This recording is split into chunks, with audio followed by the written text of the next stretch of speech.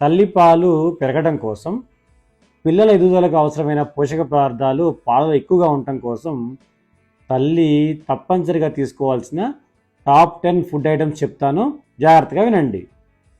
మొదటిది ఓట్స్, రెండోది మెంతులు, మూడోది గ్రీన్ లీఫీ వెజిటబుల్స్లో పాలకూర మరియు మొరింగా లీవ్స్ అంటే మునగాకులు, నాలుగవది ఫెనెల్ సీడ్స్, మనం సోంపు అని పిలుస్తాం, ఐదవది వెజిటబుల్స్లో క్యారెట్ మరియు బీట్రూట్, ఆరవది నట్స్లో ఆల్మండ్స్ వాల్నట్స్, ఏడవది హోల్ గ్రెయిన్స్లో రాగి, బ్రౌన్ రైస్ మరియు హోల్ వీట్, ఎనిమిదవది ఫ్రూట్స్లో